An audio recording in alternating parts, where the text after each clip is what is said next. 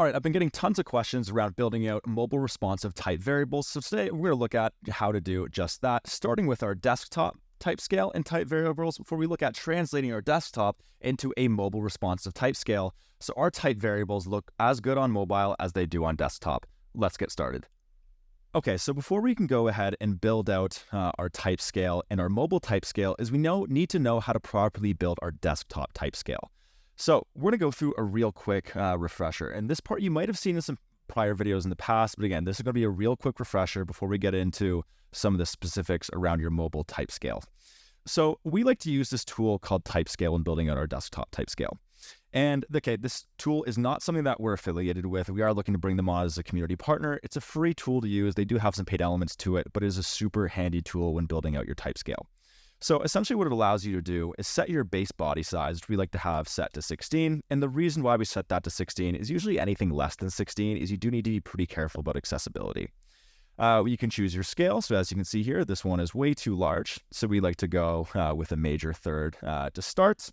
You can choose between rems, pixels, and points. We like to start off with our pixels because that's what's easiest in Figma.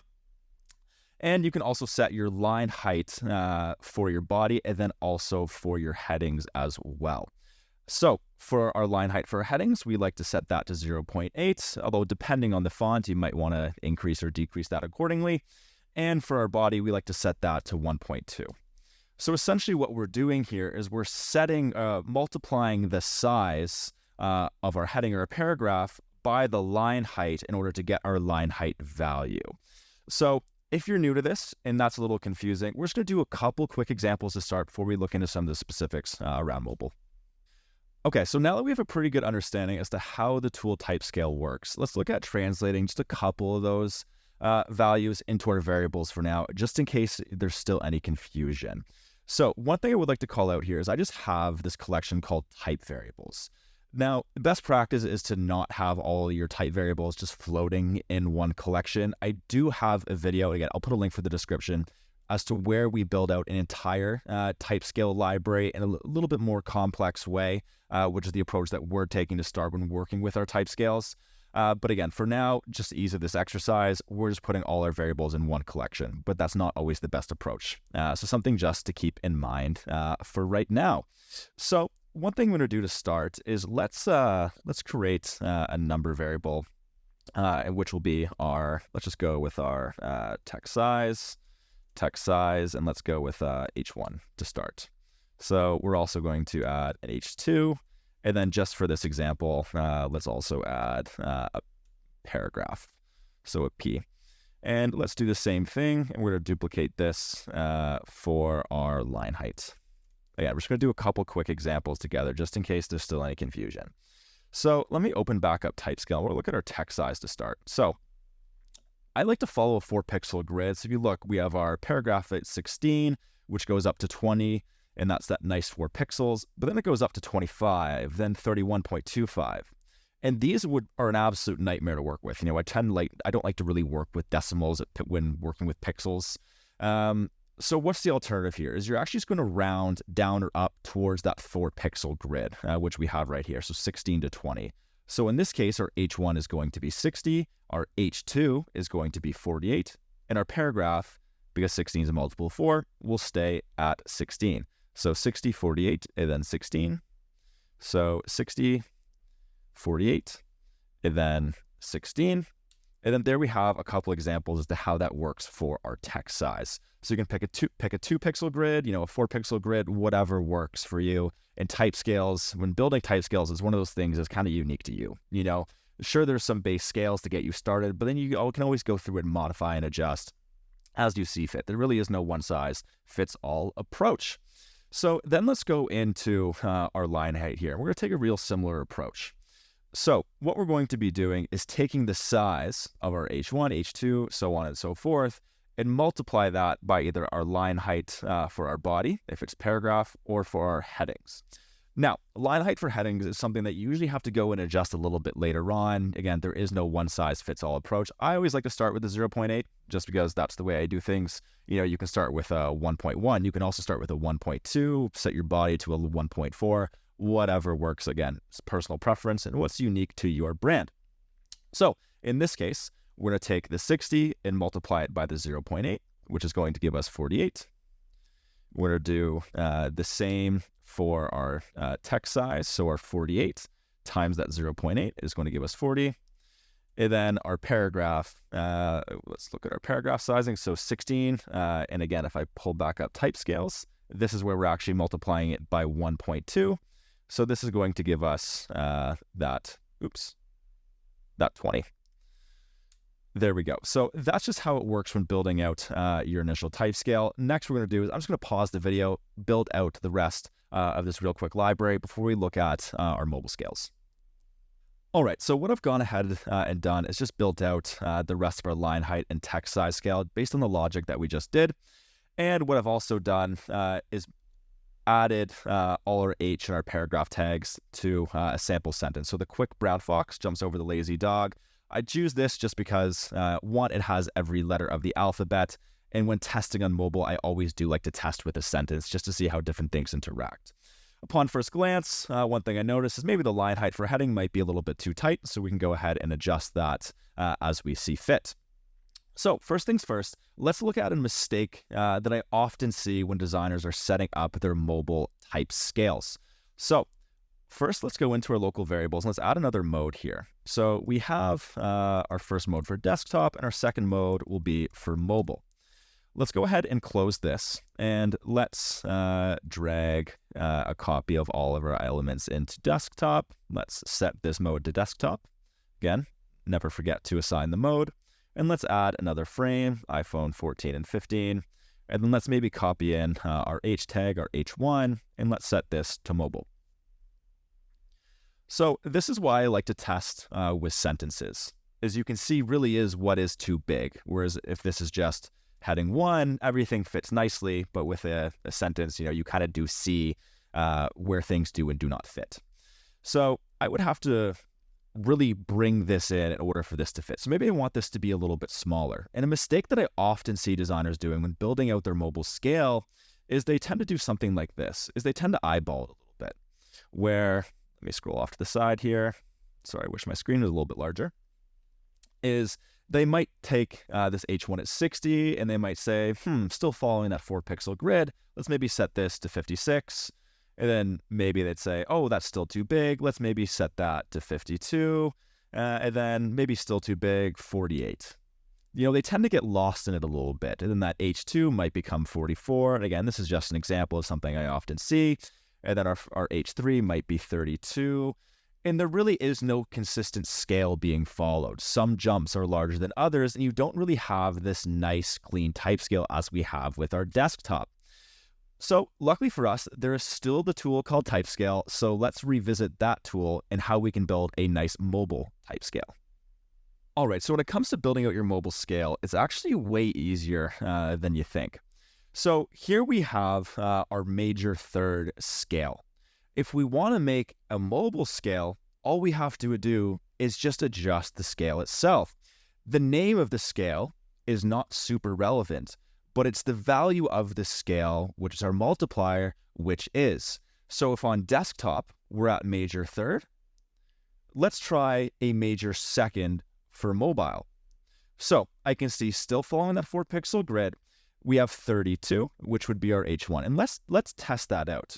So let's zoom into our mobile here and set this to 32, which is that value. I think that's a pretty half decent H1 for mobile. If we think that's a little bit too small, what we can do is simply go try our minor third, which would be that 48. Change this to our 48.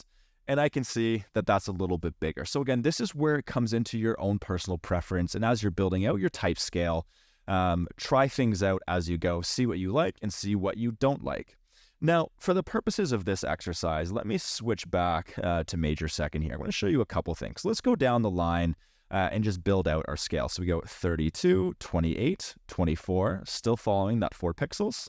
So this would be, sorry, which was this value again? I forgot all of a sudden. So we have our 32, 28, and 24, 32, 32, our 28, our 24. Then let's look at our H4, H5, H6. So our H4 is 22, our H5 is 20, and our H6 is 18. H6 here, this is in the middle of our 4-pixel grid. So it's 2 away from 16, 2 away from 20.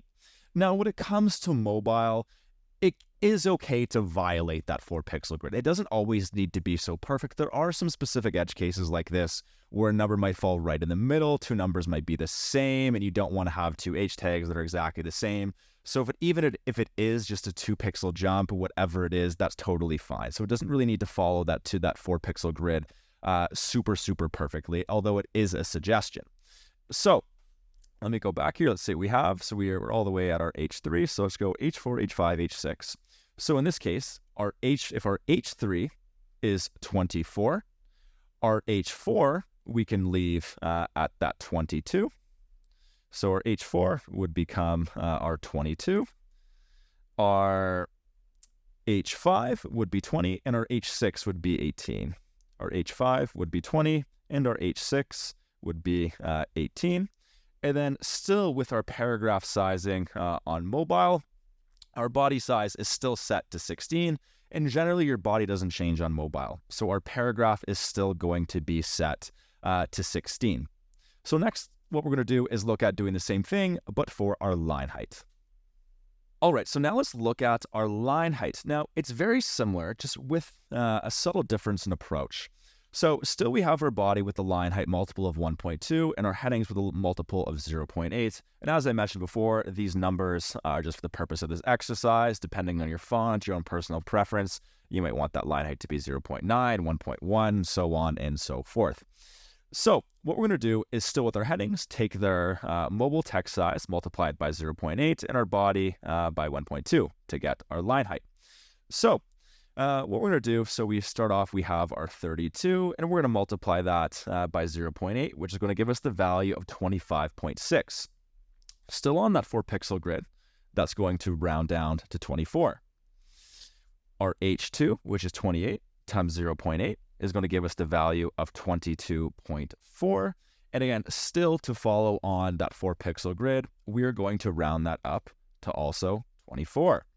Now, one thing you're noticing, you have the same line height. And when it comes to Typescales, having different headings that have the same line height is not terribly uncommon. Having the same text size across headings is a little bit weird because your H5 and H6 would be technically the same. So that's why we broke our 4-pixel grid rule here with 16, 18 to 20 to 22 to 24. But with line height, it's really not the end of the world. People are going to be looking more at the size of the heading in order to differentiate, not the space in between your text or your lines. So that's why we have them the same for now. And again, if you do want your headings to, break a little bit, have some differentiation, then sure, make this the 22.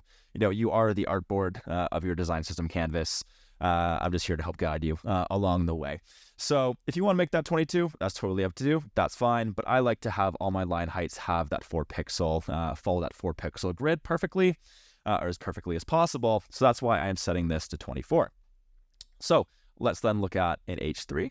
So our 24, this is going to become times 0.8. This is 19.2. So we're going to set this to 20 for our H3. Our H4, where we have it to 22, times 0.8 gives us 17.6. So 17.6, our H4, what we can do is round that down to 16.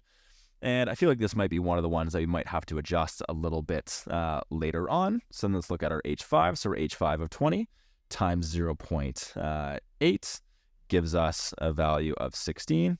There we go. Just like that.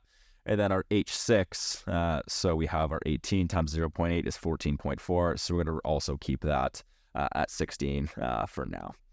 So then if we have our value of, let's look back. So we have our text size value of mobile, because again, our paragraph sizing is the same on our desktop and as our mobile. Accessibility and text sizes are the same across both device sizes. So what we're going to do is take that 16, multiply that by our 1.2 times 1.2, which gives us 19.2, which is going to give us still the line height of 20.